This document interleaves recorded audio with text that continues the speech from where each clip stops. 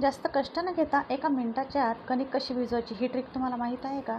तर चला बघूया. त्यासाठी इथे मी खोलगट असं भांडं घेतलेलं आहे. त्यात टाकलेलं आहे मीठ आणि पीठ.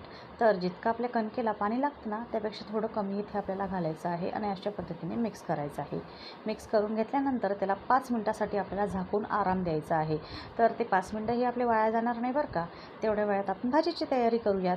तर 5 मिनिटानंतर इथे बघू शकता आपलं पीठ अगदी मऊ पडलेलं आहे पाणी घातल्यामुळं. त्यामुळं थोडाही वेळ आपल्या कणिक भिजवायला लागत नाही.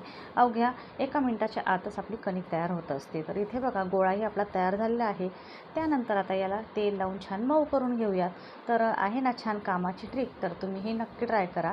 आणि हो, 1 मिनिटाच्या आत तुमची कणिक भिजवल्या गेली की नाही हे मला कमेंट करून सांगा. आणि चॅनलवर तुम्ही जर नवीन असाल तर नक्की लाईक, शेअर आणि सबस्क्राईब करा. खूप सारे व्हिडिओ तुमच्यासोबत मी शेअर केलेले आहेत, तेही नक्की बघा. व्हिडिओ आवडल्यास धन्यवाद.